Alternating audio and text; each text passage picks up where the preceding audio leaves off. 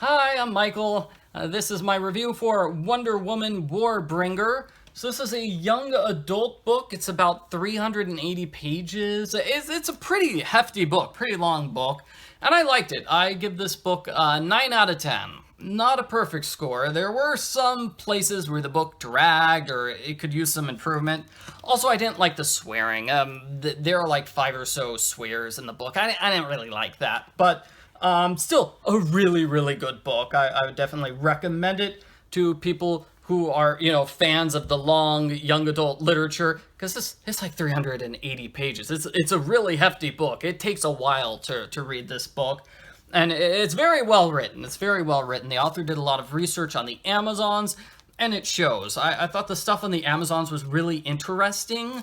Some of it's stuff that the movie doesn't go into, simply because the movie doesn't have enough time to go into like the backstory of all the characters on the island.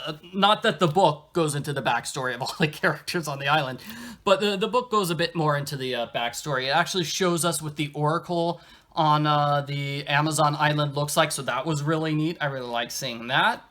Yeah, and it goes more into like Wonder Woman's relationship with her mother, which I think the movie touched on a bit. So I'm mentioning the movie several times. The movie came out, I believe, the same year as this book. I don't know which came out first, but I imagine if the movie took place during modern day, as opposed to taking place during World War I, then the movie would have been very similar to this book. So there are a lot of plot points that the movie hit that this book also hits. So same basic premise is, somebody crash lands on the island. In this case, it's a woman named Alia. She is the Warbringer. So we're told that every generation a woman is born and she just causes war. People around her just fight and start beating the snot out of each other all the time. And it goes all the way back to Helen of Troy, who started the Trojan War. And we need to get Alia to Helen's burial place, and wash her in a spring to get rid of the curse that's on the bloodline.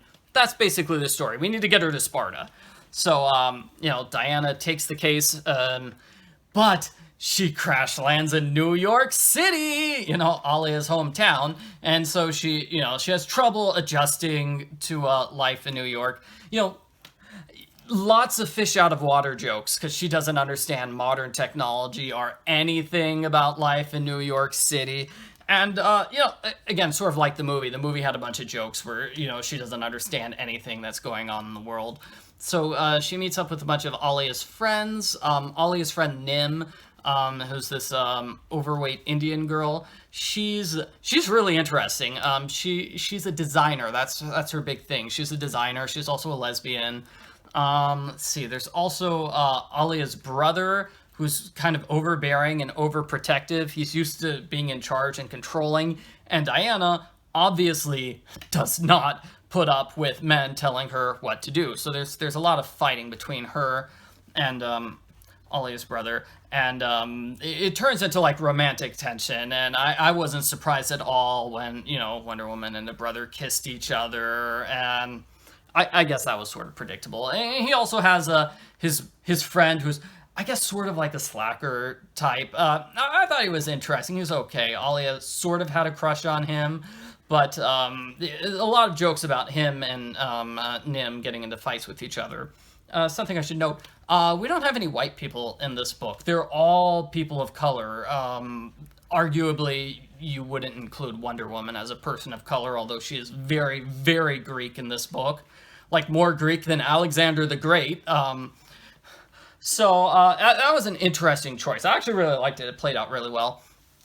So they go to a fundraiser, and that's when the bad guys attack, and they have to take off on a plane with an emergency. There's like an explosion and everything. Big fight scene. They have to take off on a plane with an emergency trip to Greece to try to get there before Alia turns 18.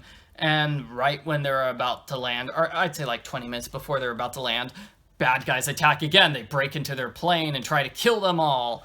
And so they're forced to crash land and make it there on foot. And obviously there's a big showdown when a couple of the minor gods show up, like Deimos and Phobos show up. So that was kind of interesting. I feel like we could have seen more of the gods, because they basically didn't do much besides go around and go, "Ooh, look at us, we're scary, woo." Yeah, they were freaky, but they didn't affect the storyline or anything, not really.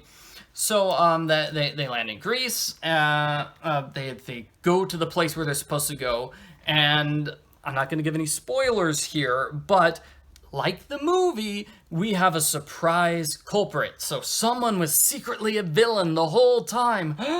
So the surprise culprit attacks them. The surprise culprit has apparently been researching Troy as well, but the culprit has been gathering DNA from the heroes and monsters.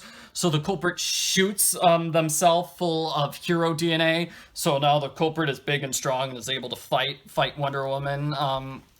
And the culprit also brings back an evil monster. Here I am going to go into spoiler territory, so brief spoilers here. So the monster kills Wonder Woman, but she has a get out of death free card because she's an Amazon. See, the Amazons are all warriors who fell in battle. So that basically lets her become a true Amazon. So she's alive again. I felt that was kind of a cheat to have her die, but have her still be alive and save the day.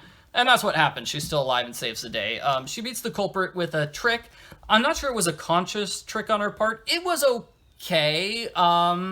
But yeah, she beats the culprit, goes back home to the island, and we're told that she's probably going to leave the island someday in a sequel. There was no sequel written. So those are my thoughts on the Wonder Woman Warbringer book. Overall, I thought it was a good book. I gave it a 9 out of 10. So I would definitely recommend it to somebody who's a fan of the superhero books or Wonder Woman, are basically just like the really intense YA novels where there's a lot of fighting and, sort of suspense, because there's a lot of suspense in the novel too.